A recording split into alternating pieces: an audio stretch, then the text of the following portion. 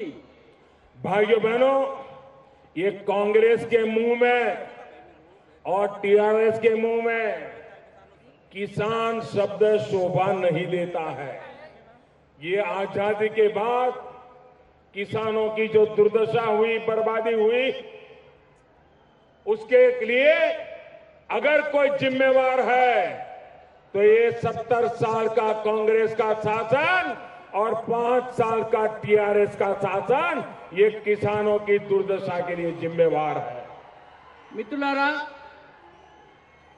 Congress party TRS ఈ రెండు పార్టీలకు రైతుల దుర్దశ గురించి మాట్లాడేటటువంటి అధికారం లేదు. అవి మాట్లాడితే బాగుండదు. ఎందుకంటే గత 70 సంవత్సరాలలో రైతులకు అన్యాయం చేసింది ఎవరంటే 70 సంవత్సరాలు పరిపాలించిన కాంగ్రెస్, గత 5 సంవత్సరాలు పరిపాలించినటువంటి టీఆర్ఎస్. भाइयों बहनों, अगर देश के पहले प्रधानमंत्री किसान का बेटा सरदार वल्लभ भाई पटेल पहला प्रधानमंत्री होता तो हिंदुस्तान में किसानों की ये स्थिति नहीं होती।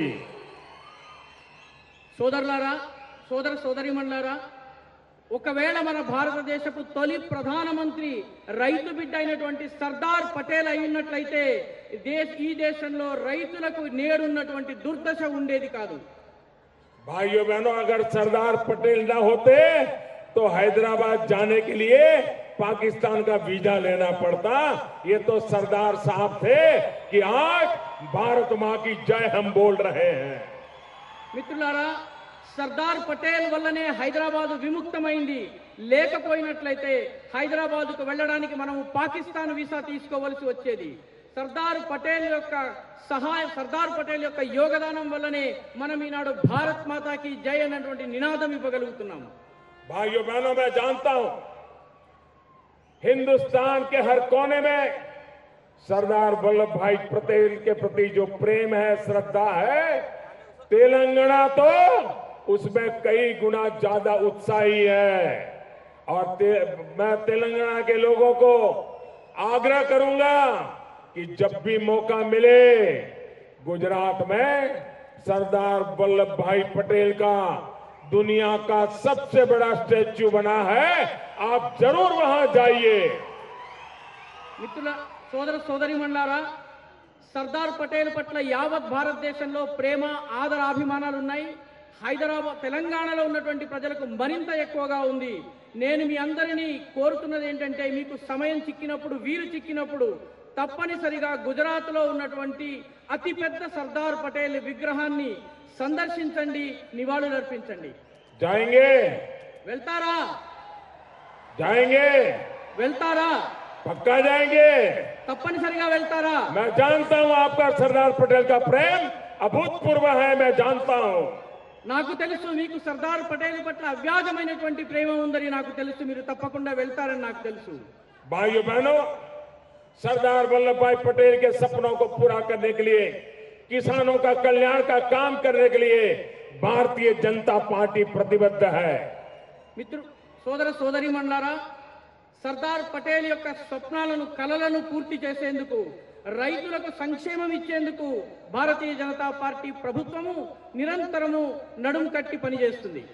हमारा सपना है 2022 जब देश की आजादी के 75 साल होंगे, हम 2022 तक हिंदुस्तान के किसानों की इनकम डबल करने का इरादा रख करके एक के बाद एक कदम उठा रहे हैं।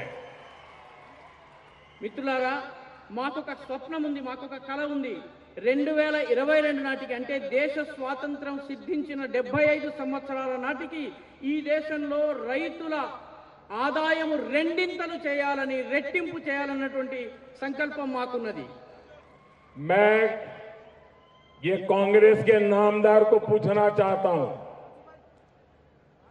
ये किसानों के नाम पर गड़ियाली आंसू बहाना बंद कीजिए। अरे जब यूपीए की सरकार थी, मैडम सोनिया जी रिमोट कंट्रोल से सरकार चलाती थी, उस समय स्वामीनाथन कमीशन का रिपोर्ट आया था। 7 साल तक उस रिपोर्ट को डिब्बे में बंद कर करके आप बैठ गए थे। अगर उस समय किसानों को लागत का 1.5 गुना अगर आपने दिया होता तो आज 10 साल के अंदर मेरा किसान समस्याओं से मुक्त हो जाता, देश में किसानों की तकलीफ दूर हो जाती। लेकिन आपने लागत का 1.5 गुना एमएसपी नहीं दिया, आपने गुनाहित बेदरकारी की। ये भारतीय जनता पार्टी की सरकार है जिसने किसानों को लागत का 1.5 गुना देने वाला एमएसपी लागू कर दिया।